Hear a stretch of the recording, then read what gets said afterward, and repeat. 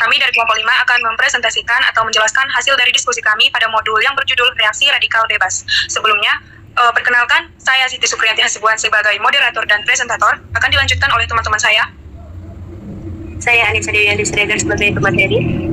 Saya Jelita Pugustadahi sebagai pemateri. Saya Siti Aisyah sebagai pemateri. Baik, pada subtopik pembahasan kali ini adalah di mana yang pertama pengertian radikal bebas, yang kedua sumber radikal bebas, yang ketiga jenis-jenis radikal bebas, yang keempat peran radikal bebas dalam reaksinya, yang kelima pembentukan radikal bebas, dan yang keenam efek radikal bebas. Baik, langsung saja yang pertama, apa sih itu radikal bebas? Radikal bebas adalah molekul atau atom yang memiliki satu atau lebih elektron tidak berpasangan di orbital terluarnya, karena sifatnya yang tidak stabil. Radikal bebas cenderung bereaksi dengan molekul lain dan mencari elektron tambahan, yang dapat menyebabkan kerusakan pada sel-sel tubuh. Proses ini dapat berkontribusi pada berbagai masalah kesehatan, termasuk penuaan, kanker, dan penyakit jantung. Radikal bebas biasanya dihasilkan dari proses metabolisme normal. Paparan terhadap populasi sinar ultraviolet dan bahan kimia tertentu. Untuk melawan efek radikal bebas, tubuh memiliki sistem antioksidan yang membantu menetralkan mereka.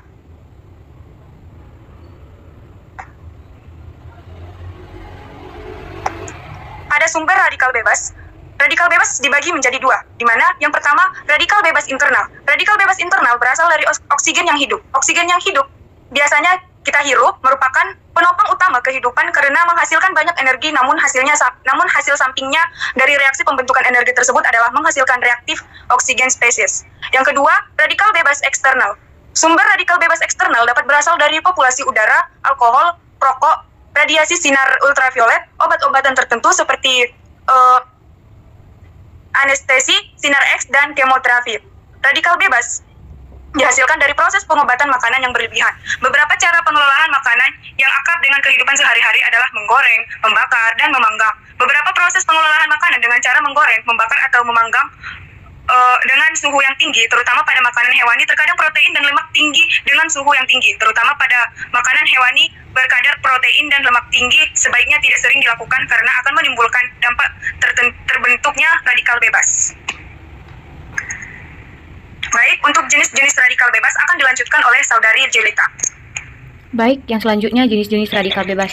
Terdapat dua jenis radikal bebas bila dilihat berdasarkan sumbernya, yaitu endogen atau yang dihasilkan dari proses tubuh manusia dan oksogen dari luar tubuh manusia. Radikal bebas dari lingkungan dapat berupa asap rokok, asap dari pembakaran bahan bakar fosil, paparan sinar ultraviolet, dan sebagainya. Sementara sumber radikal bebas endogen bersumber dari metabolisme energi di mitokondria, misalnya peroksida. Berikut adalah penjelasan lebih lanjut mengenai radikal endogen dan radikal oksigen. Baik, untuk selanjutnya, peran radikal bebas dalam reaksi kimia, yang akan dilanjutkan oleh Saudari Anissa. Baik, peran radikal bebas dalam reaksi kimia. Radikal bebas dan oksigen memainkan peran ganda sebagai senyawa yang dan bermanfaat, karena keduanya dapat berbahaya atau bermanfaat bagi tubuh. Keduanya diproduksi baik dari metabolisme sel normal atau dari sumber eksternal, seperti polusi, asap rokok, radiasi, obat-obatan. Ketika kelebihan radikal bebas tidak dapat dihancurkan secara bertahap, akumulasinya dalam tubuh menghasilkan fenomena yang disebut stres oksidatif. Proses ini memainkan peran utama dalam perkembangan penyakit kronis dan degeneratif seperti kanker, gangguan autoimun, penuaan, katarak, artritis, penyakit kardiovaskular, dan neurodegeneratif. Pembentukan radikal bebas berlangsung terus-menerus dalam tubuh manusia melalui metabolisme sel, peradangan, nutrisi maupun radiasi sinar X, UV, bahan kimia pada makanan, obat-obatan, dan polusi lingkungan bahkan pola makan. Apabila radikal bebas bereaksi dengan komponen biologis seperti lipid, protein, dan DNA, akan menghasilkan senyawa teroksidasi dan terjadi kerusakan oksidatif seperti stres oksidatif. Biasanya mekanisme pembentukan reaksi berantai radikal bebas terjadi melalui 3 tahapan reaksi, yaitu inisiasi, propagasi, dan terminasi. Baik, saya kembalikan kepada moderator. Baik, terima kasih kepada Saudari Anissa. Selanjutnya, efek radikal bebas. Di mana yang pertama, efek negatif radikal bebas. Radikal bebas bersifat destruktif, sangat reaktif, dan dapat bereaksi dengan makromolekul seluler seperti protein, lipid, karbohidrat, atau DNA. Reaksi antara radikal bebas dan molekul itu berujung pada timbulnya suatu penyakit, di mana kerusakan DNA pada inti sel Yang kedua, kerusakan protein. Dan yang ketiga, kerusakan lipid peroksida. Yang kedua, efek radikal bebas, di mana efek positif radikal bebas, peran radikal bebas adalah bertindak secara fisiologis sebagai pengatur metabolisme sebagai senyawa oksigen reaktif atau SOR dan senyawa nitrogen reaktif atau SNR, dan radikal NO, mengubah faktor relaksasi endotel atau EDRF menjadi neuromodulator dan dimainkan oleh H2O2. Peran fisiologis dalam agregasi trombosit dan peran anion superoksida dalam kemotoksida bakteri dapat dampak positif radikal bebas antara lain di mana senyawa oksigen reaktif berperan dalam proses desinfeksi dan bakteriolisis normal. SOR disintesis oleh fagosit melalui jalur NADP oksidase, misalnya dari radikal anion superoksida dan H2O dan yang berperan sebagai pembunuh bakteri. Yang kedua, radikal anion superoksida mempunyai efek vasokonstriktos pada otot polos atau fibroblas. Yang ketiga, senyawa oksigen reaktif mempengaruhi kinerja sperma, sehingga keberadaannya mempengaruhi pembuahan. Yang keempat, senyawa oksigen reaktif secara in vitro bersifat itogenik pada berbagai sel. Yang kelima, aktivitas ribonukleotida reduktase yang mengubah ribosa menjadi gula DNA deoksiribosa sangat bergantung pada SOR dan oleh karena itu berperan dalam sintesis DNA. Dan yang keenam, berperan dalam kompetensi sperma sehingga ikut serta dalam pembuahan. Baik, untuk selanjutnya reaksi berantai akan dilanjutkan oleh saudari Jelita.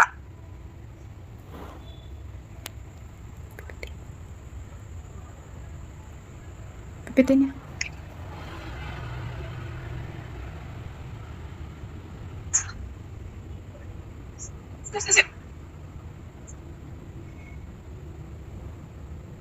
PPT-nya, Sob. Reaksi berantai. Reaksi substitusi radikal bebas dapat terjadi dengan berbagai variasi substitusian. Dalam pembahasan ini akan difokuskan pada substitusian yaitu halogen. Semua reaksi substitusi radikal bebas adalah reaksi berantai. Secara umum ada 3 tahap utama dari reaksi radikal bebas, yaitu yang pertama, tahap inisiasi. Pada tahap ini molekul mengalami pemisahan homolitik membentuk molekul radikal bebas. Yang kedua, tahap propagasi, yaitu pada tahap propagasi, molekul radikal bebas bereaksi dengan molekul netral, lain membentuk molekul radikal bebas baru. Yang terakhir, tahap terminasi. Tahap terminasi di mana 2 radikal bebas bergabung menjadi molekul netral. Baik, saya kembalikan kepada moderator. Baik, terima kasih kepada saudari Jelita. Selanjutnya, inisiator atau pemrakarsa radikal bebas akan dilanjutkan oleh saudari Siti Aisyah. Kepada saudari Siti Aisyah. Pemrakarsa radikal bebas. Reaksi radikal bebas agar dapat berlangsung memerlukan baik energi dari sinar UV ataupun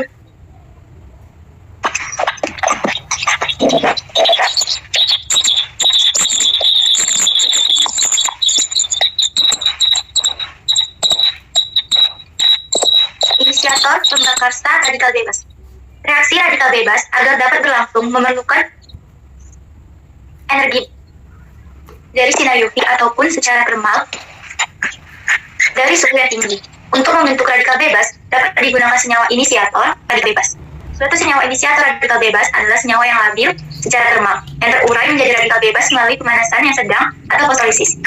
Inisiator radikal bebas yang paling sering digunakan adalah azobutyronitril atau AIBN dan dibenzyl peroxide.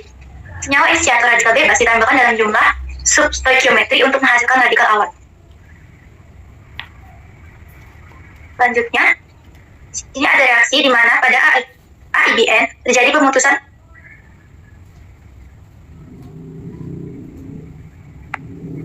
slide selanjutnya.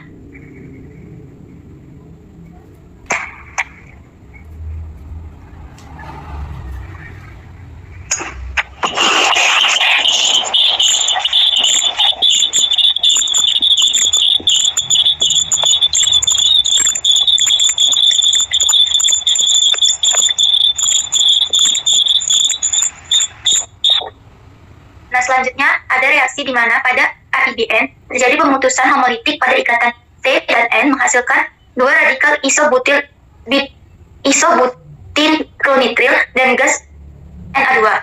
Bisa dilihat dari persamaan yang 5. Lalu, sedangkan pada benzoyl peroksida terjadi pemutusan homolitik pada ikatan O dan O. menghasilkan radikal benzoil yang selanjutnya mengalami pemutusan lagi membentuk radikal aromatik dan CO2. Selanjutnya, stabilitas radikal bebas. Senyawa radikal bebas sangat reaktif dan memiliki waktu hidup yang sangat pendek sehingga sulit untuk diisolasi. Radikal bebas memiliki stabilitas yang berbeda-beda. Umumnya, urutan stabilitas radikal bebas mulai dari yang kurang stabil sampai ke yang stabil adalah radikal metil, primer, sekunder, tersier, alilik, dan benzelik. Ikatan Cn pada senyawa azo menjadi 2 radikal dan Na2. Reaksi pemutusan berlangsung secara endotermik dan kestabilan radikal bebas ditunjukkan dengan diagram energi produk, di mana produk dengan energi terendah menunjukkan radikal bebas yang stabil. Nah, selanjutnya, pada diagram yang ada di PowerPoint, dapat disimpulkan bahwa reaksi pemutusan berlangsung secara endotermik dan kestabilan radikal bebas ditunjukkan dengan diagram energi produk, di mana produk dengan energi terendah menunjukkan radikal bebas yang stabil. Selanjutnya, halogenasi radikal hidrokarbon. Senyawa hidrokarbon dapat dihalogenasi dengan unsur klorin atau bromin melalui pemanasan atau radiasi dengan persamaan reaksi CsP3 ditambah Cl2 bromin Br2 menghasilkan CsP3 ClBr ditambah HClHbr. Reaksi halogenasi radikal pada hidrokarbon dijelaskan melalui reaksi klorinasi termal pada metana. Jika reaksi klorinasi metana dilakukan dalam kondisi di mana jumlah metanazol banyak dari klorin, maka akan diperoleh produk yang disebut juga dengan monoklorinasi. Saya kembalikan kepada moderator. Baik, terima kasih pada saudari Aisyah. Dapat disimpulkan pada materi kami pada hari ini, di mana radikal bebas adalah molekul atau atom yang memiliki elektron di beberapa tabung, membuatnya sangat reaktif dan cenderung berinteraksi dengan molekul lain dan mencapai stabilitas. Reaksi radikal bebas dapat terjadi baik secara internal dalam tubuh melalui proses metabolisme dan inflamasi maupun secara eksternal akibat paparan populasi, sinar ultraviolet, dan bahan kimia. Reaksi ini dapat menyebabkan kerusakan pada sel termasuk lipid, protein, dan DNA yang berpotensi berkontribusi pada berbagai masalah kesehatan seperti penuaan dini, kanker, dan penyakit koordinaskular. Namun, tubuh memiliki sistem pertahanan alami berupa antioksidan yang dapat menetralkan radikal bebas dan mengurangi dampak negatifnya. Oleh karena itu, penting untuk menjaga keseimbangan antara produksi radikal bebas dan kapasitas tubuh untuk mengatasinya melalui pola makan sehat yang gaya hidup aktif, dan menghindari faktor risiko eksternal. Baik, cukup sekian hasil presentasi yang dapat kami bawakan. Apabila ada kesalahan atau salah ucap pada presentasi kami meminta maaf sebesar-besarnya. Dan terima kasih. Assalamualaikum warahmatullahi wabarakatuh.